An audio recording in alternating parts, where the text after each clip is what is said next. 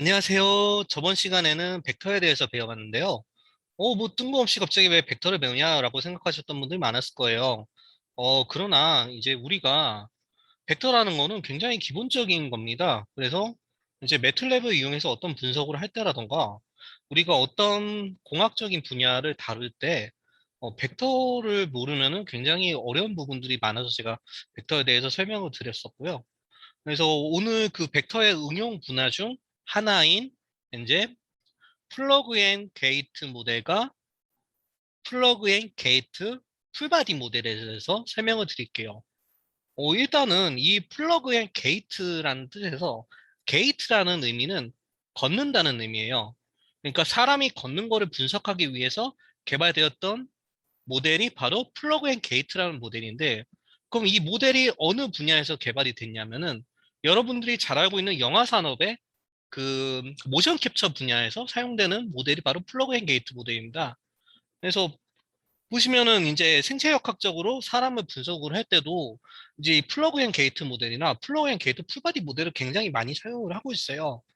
그래서 보신 바와 같이 이 사람이 이렇게 서 있는 모습을 보는 이 그림이 있는데 요 각각의 동그라미 모양들이 이제 우리가 이제 마커라고 합니다. 이 마커가 이제 적외선 영역대에 반사를 해주는 반사체가 붙어 있어요.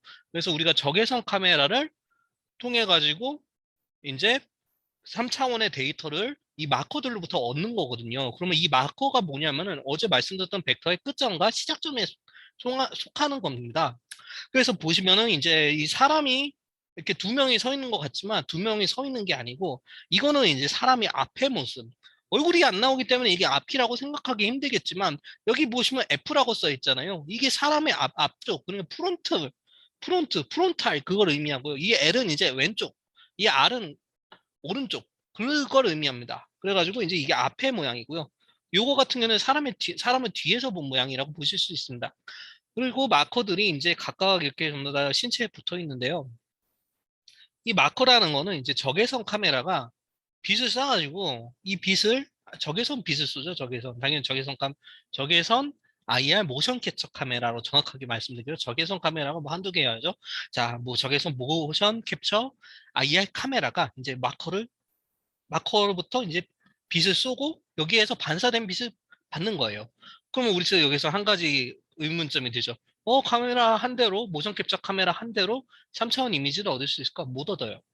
두 대 이상의, 두 대 이상의 IR, 모션 캡처 카메라가 있어야지만 3차원 데이터를 우리가 얻을 수가 있습니다. 어떻게 보면 3차원 카메라가 있는 위치가 이제 시작점이고요. 시작점으로부터 여기가 바로 종점이 되는 거예요. 그래서 이 종점까지의 거리를 우리가 재가지고 3차원에 구현을 하는 게 이제 모션 캡처 시스템이죠. 모션 캡처 시스템은 굉장히 다양하게 되어 있지만 요즘에는 대체로 보면은 이제 막 이런 마커가 없는 마커리스 시스템을 많이 이용을 하고 있는 것 같아요. 하지만 기존에는 이제 가장 많이 사용했던 거는 이제 이 마커를 붙은 마커 기반 모션 캡처 시스템을 사용을 했어요. 왜 이걸 많이 사용을 했었냐면은 이거 자체가 굉장히 정확하기 때문이죠. 그렇기 때문에 이제 모션 캡처를 할 때 사람들이 얼굴이라던가 이제 몸에다가 요 마커들이 이렇게 붙였어요. 그래서 이제 여기에서 사용되는 이 마커셋 이 그림은 플러그 앤 게이트 모델이라고 해서 굉장히 유명한 마커셋 중 하나예요. 생체 역학을 전공하셨던 분들 중에서 이 그림을 한 번도 못 보신 분은 굉장히 드물 거라고 저는 단언합니다. 자, 보시면은 요 아까 말씀드린 것처럼 플러그 앤 게이트 모델과 플러그 앤 풀바디 모델이 여기 같이 그려져 있는데 그게 무슨 소리냐면은 어 하반신 하반신만 여기서 상반신을 제외하고 하반신만 보면은 그게 플러그 앤 게이트 모델이에요. 근데 플러그 앤 풀바디 모델은 이 위에 상반신까지 전부 다 포함하는 그게 플러그 앤 게이트 풀바디 모델이 됩니다. 그럼 이 마커들의 위치가 이제 왜 여기도 했는지 이런 것들이 굉장히 궁금하실 텐데요. 요 위치들을 보시면은 그 스킨 무브먼트, 그러니까 살떨림이 굉장히 적은 부분에 되어 있다는 거를 볼 수가 있어요. 그래서 우리가 보시면은 이제 사람 신체 같은 걸 보면은 뼈가 되게 툭 튀어나와 있는 부분들이 있어요. 그거를 극이라고 하는데 그런 극 부분에 마커들을 붙여가지고 스킨 모먼트를 최소화한 것을 우리가 볼 수 있습니다. 그래서 실제로도 모션 캡처를 할 때 좀 살이 찌신 분들보다는 좀 약간 다소 이런 스킨 무브먼트가 적으신 분들이 스킨 무브먼트가 적으신 분들이 이제 모션 캡처할 때 조금 더 정확한 데이터를 얻기가 더 쉬워요.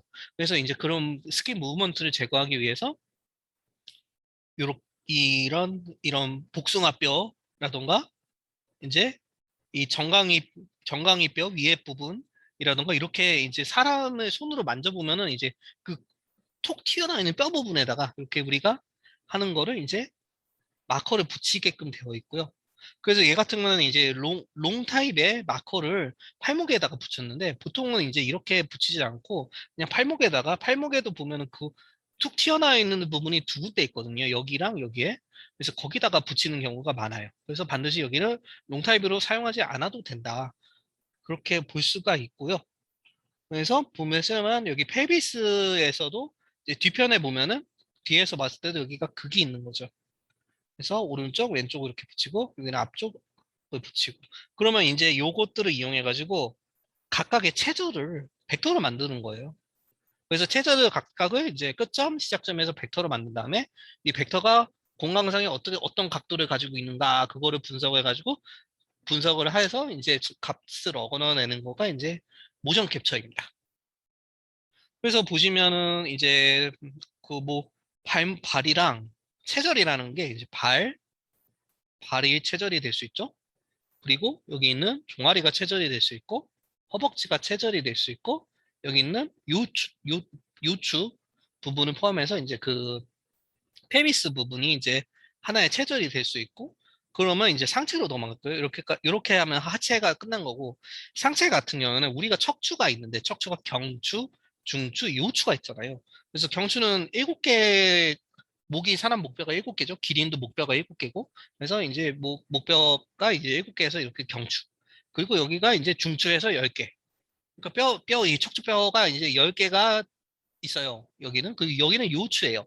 그래서 여기가 그 허리에 해당되는 부분이고 여기가 이제 등에 해당되는 부분이죠. 그래서 그 여기서 고개를 숙여보게끔 하면은 피험자분께 고개를 숙여보게 하면 여기가 톡 튀어나와요. 그러면 그 부분이 이제 그 우리가 말하는 경추고요. 그거를 이제 C7이라고 하고 여기를 C1, C2, C3, C4, C5, C6, C7 이렇게 해가지고 이렇게 부르고 마찬가지로 이거는 중추인데 중추도 이제 T1, T2, T1, T2, T3, T4, T5 해가지고 이제 C까지 가는 거죠. 요추 같은 경우는 L로 시작하는데 L1, L2, L3, L4, L5에서 5개로 구성이 되어 있어요.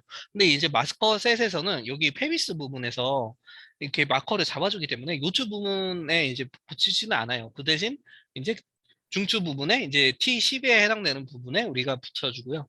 그리고 이제 앞으로 넘어오면은 여기 그 갈비뼈가 이렇게 만나는 지점 여기에 붙여주고 그리고 여기 그 쇄골의 중앙에 해당되는 지점에 이렇게 붙여주게 되는 거죠. 일단 오늘 제가 하고 싶었던 말은 마커 타입의 모션 캡처를 할 때는 스킨 무브먼트를 고려해가지고 이제 살떨림이 적은 곡 부분에 이제 마커를 붙인다. 두 번째. 이제 그 각각의 마커들은 이제 이것들이 벡터로서 해석이 될 수 있다. 그래서 벡터라는 거는 이제 모션 캡처라던가 아니면 동작을 분석하는 AI 머신 등을 만들 때 굉장히 중요한 요소가 된다는 거죠. 그거는 예전부터 모션 캡처라는 거가 존재를 먼저 해왔잖아요.